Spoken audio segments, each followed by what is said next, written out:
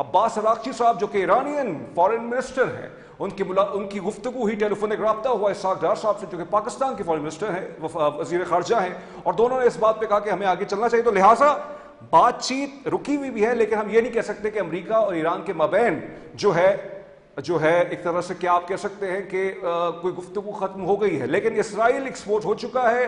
Trump کا کل آخری فرسٹریشن لیول تھا، وہ تھریش ہولڈ پورا جو ایک پیمانہ جو تھا وہ لبریز ہو چکا ہے. ہمیں جوائن کر چکے ہیں، ہم بات کریں گے اس موضوع پہ. بہت پہلا سیگمنٹ اسی موضوع پہ میں رکھ رہا ہوں کیا ہونے جا رہا ہے آگے. اور یہ جو ٹرمپ اور نیتن یاہو کا جو بریک ڈاؤن ہوا ہے بات چیت کا، اس کے بعد کیا ہوگا کہ اسرائیل ابھی بھی باز آئے گا یا نیتن یاہو وہ اپنی آخری جو ہے کیل ٹھوک رہا ہے. ہمارے ساتھ جوائن کر چکے ہیں نعیم قریشی صاحب، سینئر تجزیہ کار ہیں، ماہر عالمی امور ہیں. بہت شکریہ نعیم صاحب. کل یہ ٹرمپ صاحب کی اور نیتن یاہو کی جو گفتگو ہوئی ہے، اس وقت پورا میڈیا اس پہ ابھی رات کے 10 بجے شاید اسی پہ پروگرام کر رہا ہے، ہم کو انوکھی چیز آپ کے سامنے لے کے نہیں آ رہے. تو یہ جو کل رپورٹ بھی ہوئی ہے، ذرائع کے تک رپورٹ ہوئی ہے، ابھی تک واشنگٹن نے، پینٹاگن نے یا جو بھی امریکن پریس ڈپارٹمنٹ ہے اس نے اس کی کوئی ریپورٹل نہیں دی ہے. تو لہٰذا امریکہ چاہتا ہے کہ اسرائیل کی جو ہے دنیا بھر میں جگہ سائی ہو. جی بہت شکریہ. دیکھیے آپ نے درست فرمایا ہے کہ امریکہ جیسی بڑی طاقت، بڑا ملک، اس کے صدر کی یہ جو گفتگو ہوئی نیتن یاہو کے ساتھ، اسے آپ سمپلی فرسٹریشن ہی کہیں گے اور کیا کہیں گے. صورتحال یہ ہے کہ ایران کے حوالے سے صدر ڈونلڈ ٹرمپ جو ہیں پہلے ہی بہت فرسٹریشن کا شکار تھے، اور اس کے بعد نیتن یاہو کی جانب سے جو غیر ضروری امریکہ پہ دباؤ ڈالا جا رہا ہے معاہدہ نہ کرنے کے لیے. ظاہر ہے کہ اسرائیل کا انٹرسٹ تو یہی ہے کہ امریکہ اور ایران کے درمیان کوئی معاہدہ نہ ہو اور یہ صورتحال جاری رہے، تاکہ اس صورتحال میں اگر ایران اور امریکہ کے درمیان کنفلکٹ جاری رہتا ہے اس لیول پر، تو ظاہر ہے کہ اسرائیل کو موقع ملے گا کہ وہ غزہ میں جس طرح اس نے کہا کہ وہ 70% تک جو ہے آکوپیشن کو اپنے بڑھانا چاہتے ہیں 40 سے، سملرلی وہ لبنان کے ساتھ جو سلوک کر رہے ہیں تو وہ یہی چاہتے ہیں کہ یہ کنٹروورسی جاری رہے، یہ معاملہ جاری رہے اور انہیں ان تمام چیزوں کا موقع ملے جو وہ کرنا چاہتے ہیں. اس کے نتیجے میں ظاہر ہے کہ فرسٹریشن کا شکار ہونا ہی تھا ڈونلڈ ٹرمپ نے. اور دوسری وجہ اس کی یہ ہے کہ ایران نے جو ہے وہ اب تک اپنے پتے جو ہے وہ بہت اچھے طریقے سے کھیل رہے ہیں اور وہ بہت طریقے سے اس بات کی کوشش کر رہے ہیں کہ معاہدہ تو ضرور ہو لیکن ان کی خواہش اور ان کی مرضی کے مطابق ہو اور کچھ لو اور کچھ دو کی بنیاد پہ ہو. آپ کو معلوم ہے کہ ایران کے مخصوص مطالبات ہیں جو ان کے لیے زندگی اور موت کا مسئلہ بنے ہوئے ہیں. ظاہر ہے کہ آپ کو پتہ ہے کہ ان کے 12 ارب ڈالر جو ہیں وہ امریکہ جو ہے وہ دینے پہ راضی ہے، لیکن ان کا بہت بڑی ایک اماؤنٹ ہے جو امریکہ جو ہے دبائے بیٹھا ہے.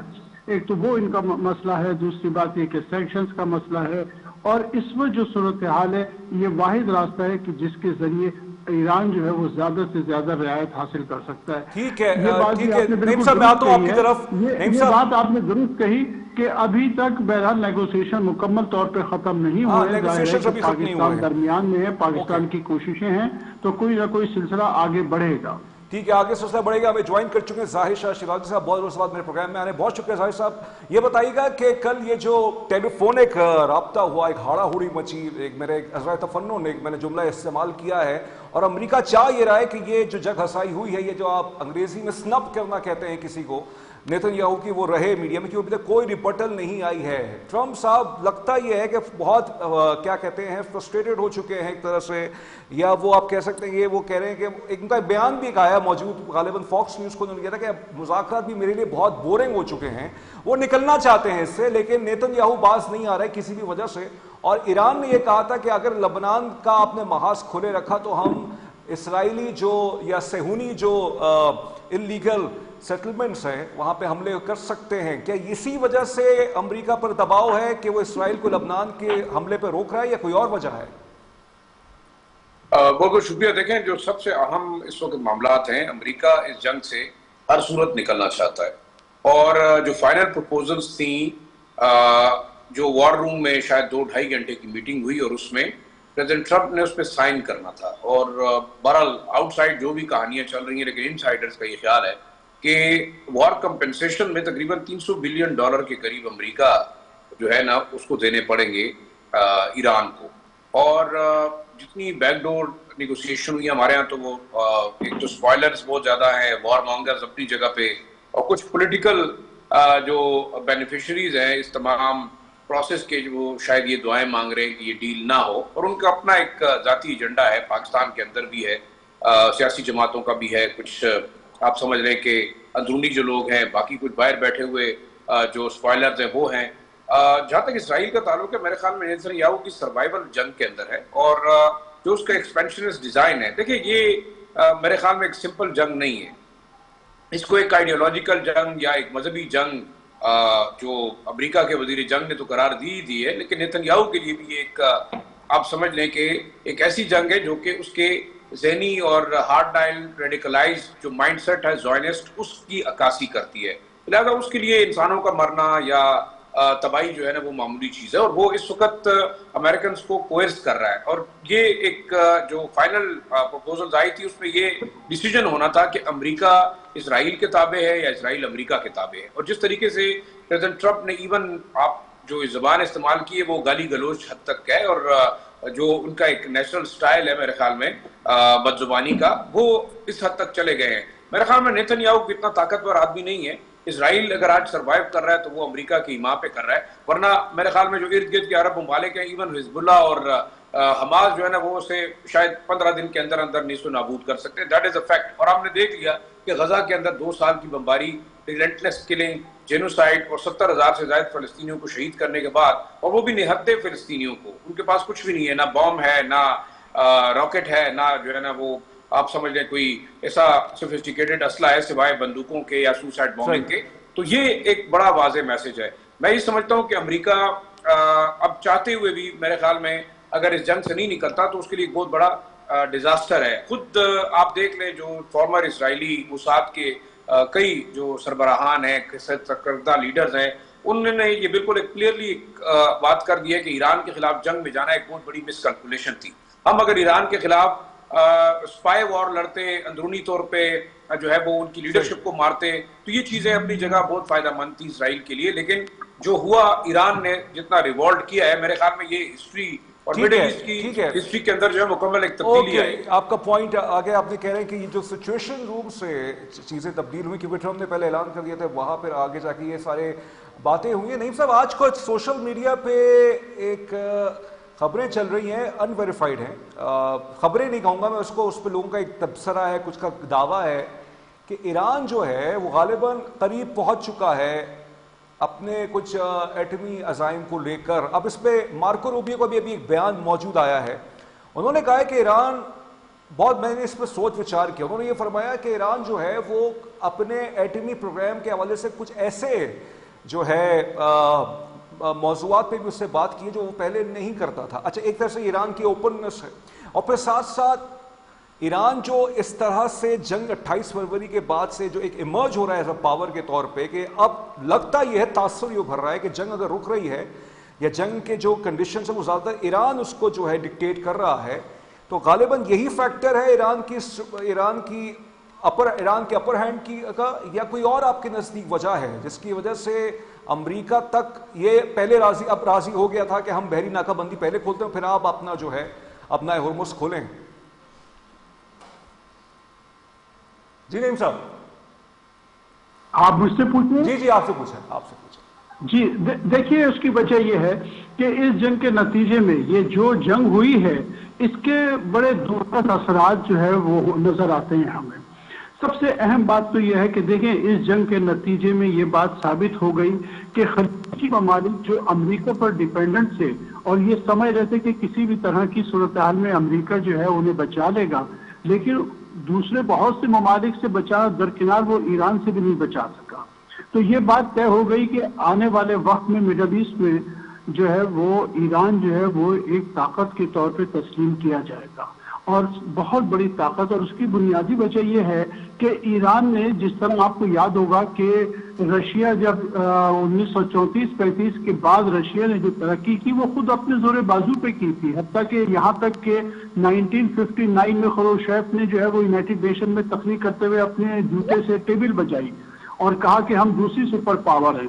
مجھے وہ زمانہ اس لیے یاد آ گیا کہ ایران کی بھی یہی پوزیشن ہے کہ ایران نے اپنے میزائل پروگرام پہ جتنی محنت کی ہے اور جس طریقے سے اس کو آرگنائز کیا ہے، اور آپ یہ دیکھیں کہ پوری جنگ میں جو میزائل پروگرام ہے وہ جنگ کا بنیادی طریقہ کار بن گیا، بالکل اسی طرح جس طرح پاکستان نے بھارت کو جواب دیا اپنی فضائیہ کے ذریعے۔ صرف ایک قوت استعمال کی پاکستان نے اور وہ ہماری فضائیہ تھی۔ اسی طرح ایران نے اپنے میزائل پروگرام کے تحت اپنے میزائل کے ذریعے جو ہے پوری جنگ لڑی ہے، اور نہ صرف امریکہ بلکہ اسرائیل کے ساتھ دونوں کو شکست سے دوچار کر دیا، دونوں کو مجبور کر دیا۔ تو اس اعتبار سے اب دنیا کو یہ بات سمجھ میں آ رہی ہے کہ ایران چاہے کچھ بھی ہو جائے وہ اپنی ایک اینٹی میں ایک بہت بڑی طاقت بن جائے گا۔ وہ اس اینگل سے بھی اس چیز کو دیکھ رہے ہیں، اسی لیے وہ خوفزدہ بھی ہیں اور اسی لیے مجبور بھی کرنا چاہتے ہیں، اس کو پرولونگ بھی شاید اسی لیے کر رہے ہیں کہ کوئی ایسی چیز ان کے ہاتھ لگ جائے، کوئی ایسی کمزوری ایران کی ان کے سامنے آ جائے کہ وہ ایران کے خلاف کوئی کنکریٹ کام کر سکیں، لیکن ابھی تک انہیں ایسی کوئی چیز مل نہیں رہی ہے۔ تو میں سمجھتا ہوں کہ اس جنگ سے اسرائیل کا بھی بڑا نقصان ہوا اور جو خلیجی ممالک تھے ان کو بھی بڑا نقصان ہوا۔ تو مجھے یقین ہے کہ آنے والے وقت میں اس پورے ریجن کی ڈائنامکس جو ہے وہ بالکل تبدیل ہونے والی ہے، ہم ایک نیا ڈائنامکس دیکھنے بالکل تبدیل ہونے والی ہے۔ عائشہ شاہد صاحب، یہ ایک سوال میں آپ کے سامنے بھی رکھتا ہوں، جیسے نعیم صاحب فرما رہے ہیں کہ ایران کے میزائل پروگرام کی وجہ سے یہ جو ان کو ایک ایج رہا ہے، لیکن آج ایک سوشل میڈیا پہ ایک قیاس آرائی چل رہی ہے کہ اس کے اندر جو ہے غالباً ایران جو ہے کچھ ایٹمی عزائم اپنے شاید تبدیل کر سکتا ہے، اور جس پر امریکہ کو بھی کہیں نہ انٹیلیجنس رپورٹس مل رہی ہیں۔ یہ قیاس آرائی کوئی ہمارے پاس ویریفائڈ ڈاکیومنٹس نہیں ہے اس کے حوالے سے، کیا اس آرگومنٹ کو آپ بائے کرتے ہیں؟ دوسرا یہ کہ جب یہ جنگ کبھی بھی ختم ہوتی ہے، 1 مہینے بعد، 2 مہینے بعد، 3 مہینے بعد، تو یہ جو خطے کے اندر یہ جو سیکیورٹی اسٹیبلائزر کے طور پہ کیا یہ ممکنات میں سے ہے کہ یہ جو خلیجی ممالک ہیں اور ایران مل کے اپنی ایک بلاک بنا لیں کہ اس کے بعد امریکی جو بیسز ہیں یہاں پہ نہیں ہوں، یا آپ کو لگتا ہے جنگ کے بعد ابھی بھی امریکن بیسز رہیں گی اس خطے کے اندر؟ دیکھیں، ہمیں بڑا ریئلسٹک ہونا چاہیے۔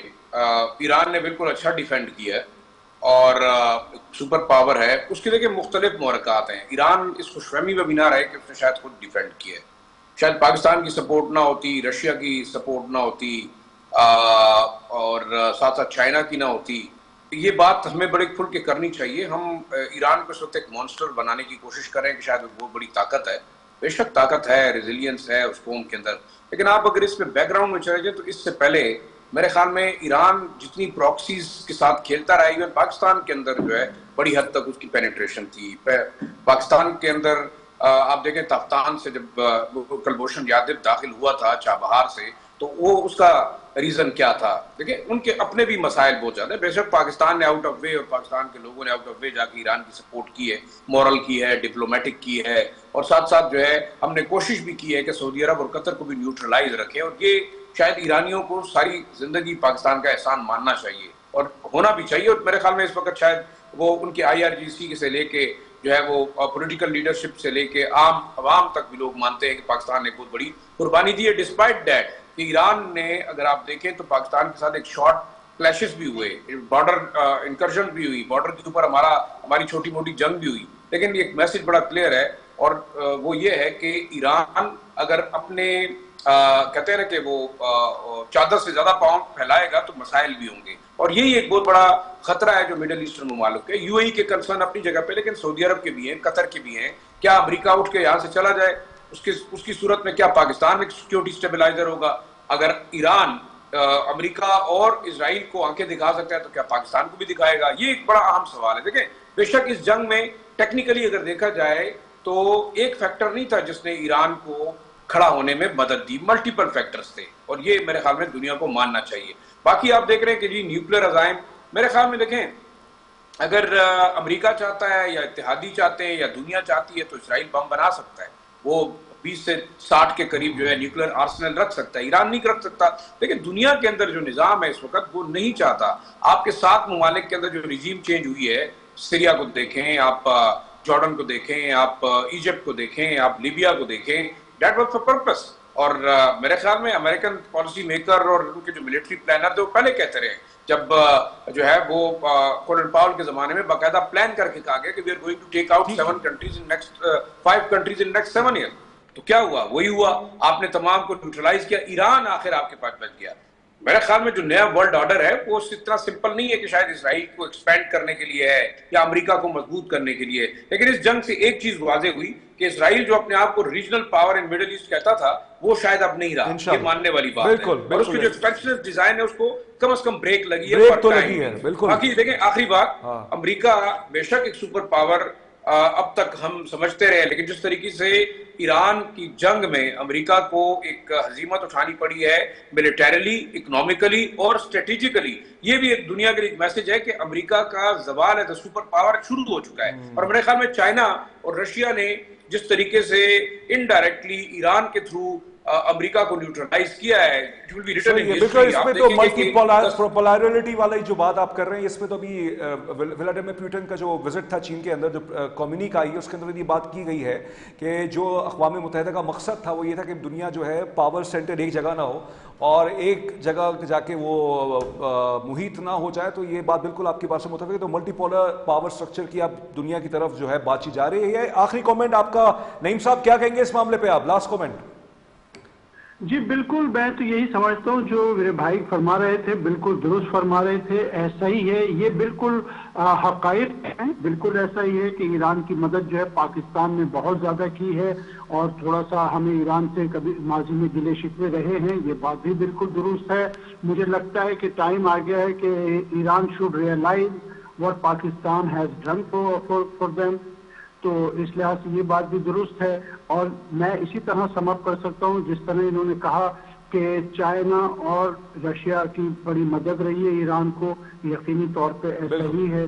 اور میں سمجھتا ہوں آنے والے وقت یہ بھی حقیقت ہے کہ اس جنگ سے اسرائیل اور امریکہ دونوں کو نقصان پہنچا، اور وہ بھی ایک مت تھی اسرائیل کے بارے میں کہ پتہ نہیں کتنا زیادہ آگے بڑھ گیا ہے، وہ بھی ہمارے سامنے آ گیا ہے کہ وہ صرف امریکہ پہ ناچ رہے تھے، اس سے زیادہ اور کچھ بھی نہیں. بہت شکریہ آپ کا نعیم قریشی صاحب، بہت شکریہ آپ کا ظاہر شاہ شرازی صاحب. آپ دونوں معزز مہمان پروگرام کے پہلے سیگمنٹ میں. ناظرین، پروگرام کے پہلے segment Nitin Yahoo Donald Trump کا جو ایک فیس آف ہوا ہے، ٹیلی فونک فیس آف، یعنی یہ کہ لڑائی کنفرنٹریشن جو ہوئی ہے وہ آپ کے سامنے ہم نے عذرائے تفنن، کیونکہ سوشل میڈیا پہ اس پر بہت لوگ ہنس بھی رہے ہیں اور ایک طرح سے مزہ بھی آتا ہے کہ جب نیتن یاہو کی بے عزتی ہوتی ہے تو اچھا بھی لگتا ہے، اور امریکہ چاہ رہا ہے کہ یہ خبر جو ہے رہے. بہرحال آج کی ایک اور خبر بھی ہے، اور اس سے پہلے اس خبر کو دینے سے پہلے یہ بھی بتانا چلوں کہ ابھی حج کے اندر جو میں نے جو سوال ابھی قائم کیا تھا کہ جب یہ جنگ ختم ہوگی تو خلیجی ممالک ایران کے مابین جو ایک اعتماد کی فضا ہے کیا وہ مزید مستحکم ہو سکتی ہے، اس کی کچھ انڈیکیشن ہمیں ابھی حج میں نظر آئیں،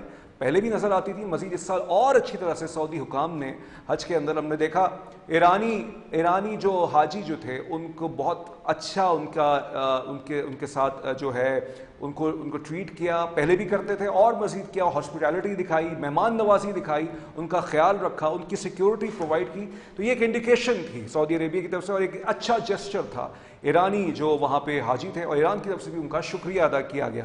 دوسری خبر میں دیتا چلوں کہ ابھی یہ غالباً فارس نے جو ایران کی نیوز ایجنسی اس نے یہ رپورٹ کیا ہے کہ آیت اللہ خامنئی کی نماز جنازہ جو ہے وہ محرم کے شروع کے روز میں ہو سکتی ہے، اور 3 روز پر یہ محیط یہ ہوگا. ابھی کنفرمیشن نہیں ہے لیکن اس پہ لوگ کہہ رہے ہیں، ان کی طرف سے ایرانی حکام کی طرف سے آیا ہے یہ کہ محرم الحرام کے شروع کے روز میں یہ جو ہے ان کا نماز جنازہ ادا ہوگا، اور پھر اس کے حوالے سے جو تعزیتی جو مجالس ہوں گی وہ اس کے حوالے سے ہوں گی. اب آ جاتے ہیں دوسرے سیگمنٹ کی طرف. گلگت بلتستان کے اندر الیکشنز ہو رہے ہیں اتوار کے روز، اور آج ایک سورج نمودار ہوا بہت روز بعد، بلکہ چاند نمودار ہوا. سورج تو ہمیشہ نمودار ہوتا ہے، چاند جو ہے وہ 14 تاریخ تک آتا ہے پھر وہ غائب ہو جاتا ہے. وہ چاند تھے ہمارے سابق وزیر اعظم نواز شریف صاحب، وہ گلگت بلتستان میں موجود تھے. تقریر کی انہوں نے جلسے سے اپنے PMLN پاکستان مسلم لیگ نون کا وہاں پہ ان کی میٹنگ تھی، جلسہ تھا، اور شکوہ شکایتیں کی انہوں نے وہاں پہ. سب سے پہلے انہوں نے یہ کہا کہ جیسے ہی میں ایئرپورٹ سے آیا باہر تو یہاں سڑکیں جو تھیں وہ بہت زیادہ خراب تھیں، تو میرا دل بہت دکھا. انہوں نے کہا کہ گلگت بلتستان میرے دل میں بستا ہے، گلگت بلتستان کی پہاڑی علاقے میرے دل میں بستے ہیں، اور میں نے 2017 میں وہ بات پھر سے 2017 پر لے گئے. ان کی جو سیاست ہے غالباً 2017 پہ ہی ہے, تو وہ 2017 پہ لے گئے, کہنے لگے کہ 2017 میں نے کمیٹی بنائی تھی گلگت بلتستان کے حقوق کے لیے, اس کے بعد اس پہ کوئی کام نہیں ہوا. اچھا پھر انہوں نے کہا کہ دوسری جو حکومتیں آئیں گلگت بلتستان کے, انہوں نے بھی کوئی کام نہیں کیا. بات تو ٹھیک ہے ان کی, 18 کے بعد نون لیگ کی حکومت نہیں تھی وہاں پہ, تحریک انصاف کی تھی. پھر تحریک انصاف جب ہٹی, فارورڈ بلاک بنا, تو غالباً 2023 میں فارورڈ بلاک بنا تھا یا 22 کے اندر.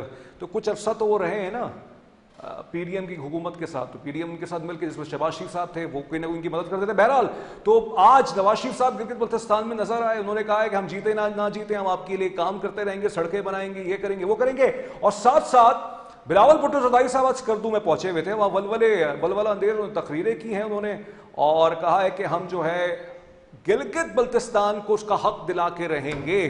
پوچھنا چاہیے تھا بلاول بھٹو زرداری صاحب سے, یہ میرا تجزیہ ہے, کہ 2009 میں آپ ہی کے دور میں, ٹھیک ہے وہاں پہلے الیکشنز ہوئے, آپ نے یہ آپ کی جماعت کو یہ کریڈٹ جاتا ہے, لیکن یہ جو این ایف سی کے حوالے سے ہے یہ سارے, اور کل این ایف سی کی انہوں نے بات کی تھی, اس میں بھی ان کو شیئر ملنا چاہیے, تو آپ لوگوں نے اس پہ کام کیوں نہیں شروع کیا؟ بہرحال تو یہ ابھی بہرحال اس پر سیاسی سارے معاملہ تھا, لیکن پاکستان تحریک انصاف کہیں نظر نہیں آ رہی ہے گلگت بلتستان کے اندر. اور پاکستان تحریک انصاف کے جو رہنما ہے وہ یہ الزام لگا رہے ہیں کہ ان کو جو ہے الیکشن کیمپین کے اندر نہیں جانے دیا جا رہا. اطلاع یہ ہے کہ آج غالباً سلمان اکرم راجہ صاحب بھی جا رہے تھے, لیکن ان کو اندر جانے نہیں دیا گیا, اور پہنچ گئے تھے وہاں تک, لیکن اس کے بعد ان کو آگے مزید این او سی ان کو نہیں ملا. اور گلگت بلتستان کی جو اس وقت کی انٹرم گورنمنٹ ہے, اس کا یہ کہنا ہے کہ این او سی کے لیے جو مانگے گا ہم اس کو دیں گے. اب پی ٹی آئی والے این او سی مانگ رہے ہیں یا نہیں مانگ رہے, اس کے حوالے سے ہم بات کریں گے. ہمارے ساتھ دو معزز مہمان موجود ہیں, ان سے پوچھیں گے کہ بھائی اصل مسئلہ ہے کیا, کہ پاکستان تحریک انصاف کے اراکین کو یا ان کے رہنماؤں کو جو ہے وہ کیوں نہیں آپ لوگ یا گلگت بلتستان کی حکومت جو ہے وہ اجازت دے رہی کہ وہ آئیں اور اپنا یہاں پہ آ کے جو بھی ان کا انتخابی مہم ہے وہ چلے. ہمارے ساتھ موجود ہے خادم علی خان یوسف زئی صاحب, رہنما مسلم لیگ نون, اور ان کے ساتھ موجود ہیں سبین یونس صاحبہ, رہنما پاکستان تحریک انصاف. آپ دونوں معزز مہمانوں کا بہت بہت شکریہ. خادم صاحب, نواز شریف صاحب بہت روز بعد نظر آئے, 2024 کے الیکشنز میں بھی وہ جیتے تھے, پھر وہ اسمبلی کے اندر بھی کبھی کبھار نظر آتے ہیں, کچھ اگر امپورٹنٹ سیشنز ہوتے ہیں اس میں آ جاتے ہیں, اچھی بات ہے, ان کو فعال دیکھ کر بہت خوشی بھی ہوتی ہے. تو اب یہ بتائیے گا کہ نواز شریف صاحب, لیکن ایک چیز مجھے محسوس ہوئی, وہ ابھی تک 2017 میں ہی ہیں, اس سے باہر نہیں نکل رہے. وہ ہمارے ہاں اس میں ایک شکریہ, ایک تو یہ ہے کہ ہمارے ہاں ایک زخم ایسا ہوتا ہے نا, وہ گاؤ جو وہ مرہم لگا کے بھی وہ نہیں ہوتا. تو میاں نواز شریف صاحب کو انہوں نے اس ملک کو بہت کچھ دیا ہے, اور اس نے اس ملک کو امن دیا, اس ملک کو سی پیک دیا, اس ملک کو موٹر ویز کے جال بچھائے, انہوں نے جو ہے اس ملک میں اندھیرے ختم کیے. لیکن جو ہوا تھا, انسان ہے, انسان جو ہے وہ کہاں پہ درد جو ہے وہ ان کو یاد آتا ہے بار بار. اور گلگت بلتستان بہت بڑے کام کیے. گلگت بلتستان میں انہوں نے جو عطاباد جھیل ہے, اس کردو کا روڈ کا انہوں نے ذکر کیا کہ یہ 8-9 گھنٹوں میں لوگ پہنچتے تھے, اب 3 گھنٹوں میں پہنچتے ہیں. تو وہاں پہ جو ہے دانش سکولز ہیں, کیڈٹ کالجز ہیں, وہاں پہ کارڈیالوجی ہاسپٹلز ہیں.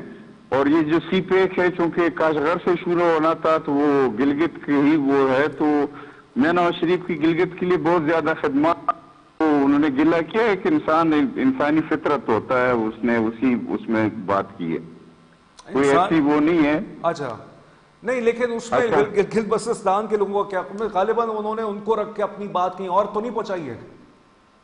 نہیں دیکھیں, وہ تو ایک گلہ کر رہے تھے, لیکن پھر بھی انہوں نے بات کی کہ جی چلو اب ان باتوں کو رہنے دے, اور کہ آپ لوگ خدمت کو ووٹ دے, ترقی کو ووٹ دے, جس نے کام کو ووٹ دیں. یہ انہوں نے اپنا جو ہے جو مدعا ہے وہ بتا دیا ہے. With all due respect, Gilgit Baltistan میں ٹھیک ہے ابھی الیکشنز ہو رہے ہیں, لیکن 2022 سے پی ڈی ایم کی حکومت تھی پہلی والی, اور اب مسلم لیگ نون کی حکومت ہے, اور پھر ان کے کچھ اتحادیوں کی حکومت ہے. تو اب 4 سال ہو گئے ہیں سر, 4 سال مطلب یہ کہ اب اگلے سال 5واں سال لگ جائے گا, بہت کافی نہیں ہے یہ؟ جی خادم صاحب, خادم صاحب تک میری آواز غالباً پہنچی نہیں ہے. میں اب سبین صاحبہ سے ایک طرف چلتا ہوں. سبین صاحبہ بہت شکریہ, آپ نے ہمیں وقت دیا. یہ بتائیے گا کہ پاکستان تحریک انصاف کہ اراکین کا یہ دعویٰ ہے یا رہنماؤں کا دعویٰ ہے کہ ان کو جو ہے گلگت بلتستان میں انتخابی مہم نہیں چلانے دی جا رہی، تو اس میں وہاں کی حکومت یہ کہہ رہی ہے کہ آپ این او سی مانگ لیں، این او سی مانگیں گے ہم آپ کو دے دیں گے، تو این او سی آپ لوگوں نے مانگا ہے ان سے؟ اچھا دیکھیں، جو آپ بات کر رہے ہیں نا، جو نیریٹو بنا رہے ہیں، اگر کسی پاکستان کے کسی بچے سے بھی پوچھیں گے نا، چھوٹے سے بچے سے 5 سال کے 10 سال کے، تو وہ بھی یہ نیریٹو بائی نہیں کرے گا. آپ کو پتہ ہے نا اس بات کا. سوائے میں حیران ہوتی ہوں کہ چند لوگوں کے جو بیٹھ کے کیا بیتو کی باتیں کرتے رہتے ہیں، این او سی نہیں مانگا، یہ نہیں مانگا. اب کیا آپ کو خیال ہے کہ نواز شریف صاحب کو این او سی دیا گیا تو گئے، بلاول زرداری کو این او سی ہی دیا گیا تو گئے؟ کیا باتیں آپ کر رہے ہیں؟ آپ نے ایک جماعت، اتنا 4 سال ہو گئے اس جماعت کو دیوار سے لگایا ہوا ہے، 3 سال 2.5 سال، مطلب کتنا عرصہ ہو گیا خان صاحب کو جیل میں. خان صاحب سے ملاقات انہوں نے دیری ہو نہیں سکتی، اور آج بھی منگل کا دن تھا، بہنیں بیٹھ کے چلی گئیں. ظلم کی انتہا کر رہے ہیں. یہ ظلم جو ہے نا، یہ تاریخ میں لکھا جا رہا ہے. اس ظلم کا کوئی جسٹیفیکیشن نہیں ہے آپ کے پاس، کوئی منہ دکھانے کی جگہ نہیں ملے گی. لیکن پھر بھی اس کے بعد کیا ہو رہا ہے کہ گلگت بلتستان میں الیکشن ہوا، آپ نے نشان بھی چھین لیا، جس کے ساتھ اتحادی بن کے گئے اس کا نشان بھی چھین لیا. اور اب جب یہ جو ہے ہمارے قائدین جاتے ہیں، اس میں ایسی کون سی بات ہے؟ یہ آپ گئے ہیں آج اور انہوں نے وہاں سے صوبہ بدر کر دیا. حالانکہ اس ایک لڑکا ہے ضیاء الدین، وہ وہیں کا ہے، اس کو بھی کہہ رہے ہیں کہ اسلام آباد بھیج دیا. یعنی کہ آپ اتنا کچھ کرنے کے باوجود آپ آ کے شکایتیں کر رہے ہیں. میں حیران ہوتی ہوں آج جو شکایتیں کی گئیں. میں کسی کو کبھی بھی پرسنلی ٹارگٹ نہیں کرتی، کبھی بھی نہیں، لیکن میں حیران ہوں کہ آپ کی حکومت ہے پچھلے 4 سال سے، آپ بادشاہ ہیں اس ملک کے، آپ کے لیے کیا کیا نہیں کیا گیا. آپ کے کیسز ختم کروائے گئے، آپ کو ایئرپورٹ پہ آ کے آپ سے جناب سارا کچھ سب، یعنی آپ کے قدموں میں رکھ کے دی گئی یہ حکومت، اور آپ ابھی گلے شکوے آپ کے ختم نہیں ہو رہے. میں حیران ہوں. اور ایسے کیمپین چلائی جا رہی ہے جیسے حکومت پی ٹی آئی کی ہے، اور جب یہ لوگ آ جائیں گے حکومت میں، آپ کا موقف آ گیا ہے. بات کمپلیٹ کر لوں.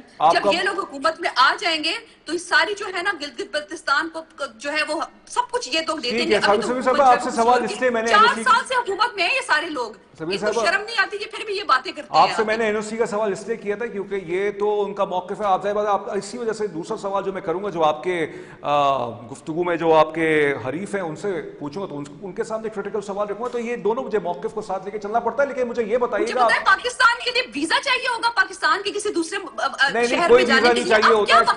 آج تک یہ ہم نے سنا ہے، یہاں پہ اس کو پری پول دھاندلی کہتے ہیں. اس میں آپ کو پتہ ہے پری پول دھاندلی کیا؟ حکومت کا یہ دعویٰ ہے، حکومت کا یہ کہنا ہے گلگت. اچھا مجھے ایسا آپ حکومتی دعویٰ جو بھی ہو دیکھیں، نہیں آپ یہ بات تو سن لیجئے. ان کا بھی ایک موقف ہے نا، وہ یہ کہہ رہے ہیں کہ اس کا گلگت بلتستان، سنا نا، میں کہہ رہی ہوں کسی بچے سے بھی پوچھیں گے نا، کسی چھوٹے سے ٹھیک ہے سمیر صاحبہ، لیکن گلگت بلتستان کی حکومت یہ کہتی ہے بائی نہیں کرتا. اب آپ لوگوں کے اچھا آپ تحریک انصاف کا جھنڈا کیوں اٹھایا؟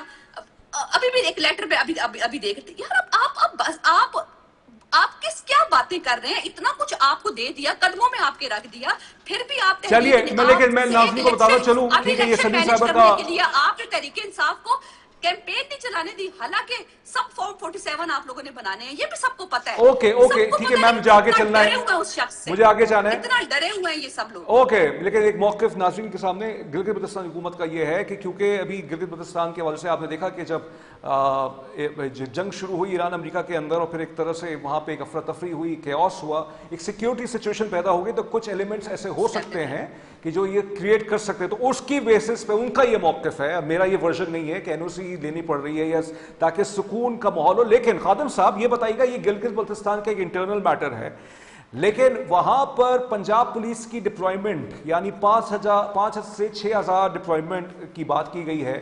محسن نقوی صاحب کی ملاقات ہوئی تھی وزیر اعظم شہباز شریف صاحب سے، جس پر کل پاکستان پیپلز پارٹی کے قادر مندوخیل صاحب میرے ہی پروگرام میں موجود تھے. انہوں نے الزام یہ لگایا کہ بدنام زمانہ پنجاب پولیس کو ہی یہ سارا اگر کہہ دیا جائے گا کہ وہ ساری سیکیورٹی کو دیکھیں تو الیکشنز کی شفافیت پہ سوالات اٹھ جائیں گے. جی خادم صاحب، میری آواز آ رہی ہے؟ جی آ رہی ہے. جی ہماری جو بہن ہے بڑی جذباتی ہے، اللہ خیر کرے کہ بلڈ پریشر جو ہے کا ہر وقت جو ہے وہ بہت زیادہ اوپر ہوتا ہے. بات جو ہے تحمل سے، بردباری کے ساتھ بھی کی جا سکتی ہے. اپنا موقف جو ہے وہ بڑے اچھے انداز سے بھی آپ پیش کر سکتے ہیں، لڑائی کی کوئی ضرورت نہیں ہے. پی ٹی آئی وہاں پہ ہے ہی نہیں. دیکھو پھر سے ہمارا رابطہ جو ہے انہوں نے کہا کہ میں اسکردو میں ہوں اور اسکردو میں جو پی ٹی آئی کے 4 حلقے ہیں، 4 حلقوں میں 2 میں تو پی ٹی آئی کا کوئی سپورٹر بھی نہیں ہے اور 2 میں جو ہے جو امیدوار ہے وہ بہت کمزور ہیں، کیونکہ یہ صرف اسکردو کا انہوں نے لکھا ہے۔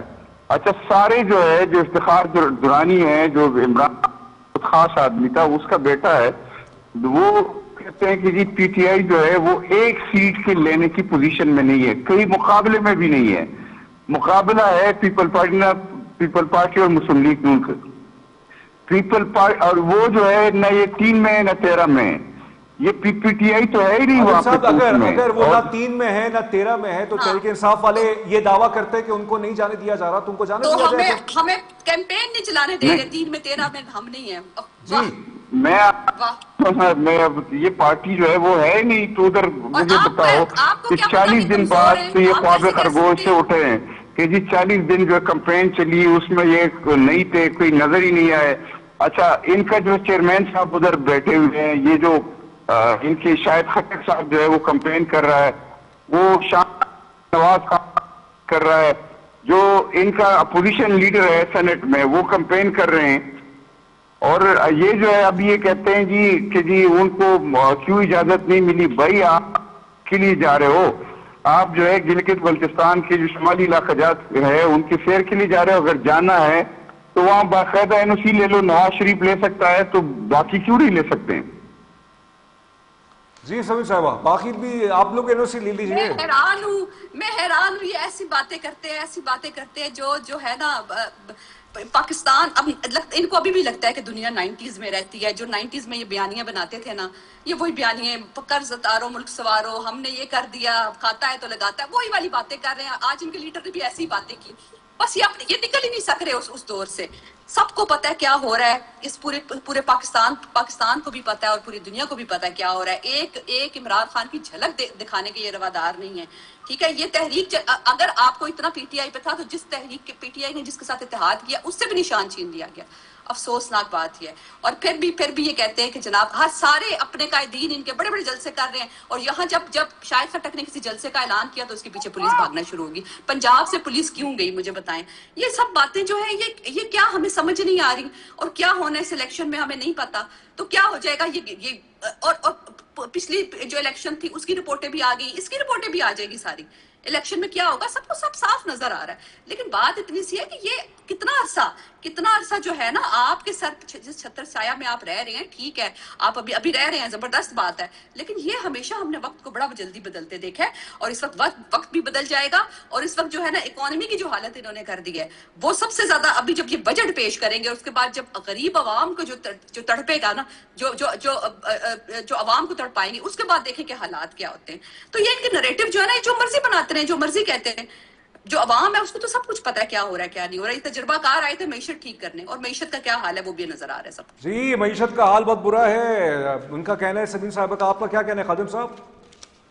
دیکھیں میں آپ کو بتاتا ہوں، کرنٹ اکاؤنٹ آپ کا سرپلس ہے، جو اسٹاک ایکسچینج ہے وہ 1,74,000 پہ پہنچ چکا ہوا ہے، آپ کا جو ہے 26% جو ہے ٹیکس کلیکشن میں اضافہ ہوا ہے۔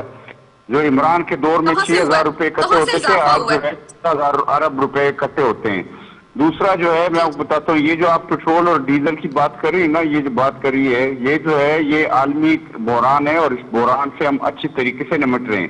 میں آپ کو ایک بات بتاؤں، گلگت بلتستان کے ایک بچے سے ان کو تو میں یہ بتا سکتا ہوں نا کہ میں نے آپ کے لیے کینسر ہاسپٹل بنایا، میں نے کارڈیالوجی ہاسپٹل بنایا، میں نے آپ کا جو 25 گھنٹوں کا 30 گھنٹوں کا راستہ ہے اس کو جو ہے 8 گھنٹوں کا کر دیا ہے، میں نے آپ کا راستہ بنایا، میں نے آپ کا انفراسٹرکچر بہتر کیا، میں نے آپ کے ٹورزم کے لیے کام کیا ہے، میں سی پیک لے کے آیا، جو سی پیک جو گیم چینجر تھا گلگت کے لیے، جو ایک بہت بڑا وہ تھا، میں نے عطاباد جھیل بنائی، میں نے وہاں پہ جو ہے لیکن زرداری صاحب تو کہتے میں ہیں وہاں پہ جو ہے، اچھا یہ لوگوں کو کیا بتائیں گے، یہ لوگوں کو کیا بتائیں گے، یہ لوگوں کو کیا بتائیں گے کہ جی جاپان اور کی سرحد ایک وہ ہے پاکستان میں 212 ہے، یہ لوگوں کو کیا بتائیں گے، جھوٹ بتائیں گے لوگوں کو، یہ لوگوں کو کیا بتائیں گے وہاں کے ہم نے 350 ڈیم بنانے ہیں۔ مجھے بتاؤ کہ گلگت بلتستان کے بندوں کو یہ کوئی ایک بات بتا سکتے کہ میں نے 5 سال، ابھی ان کی 5 سال حکومت رہی، یہ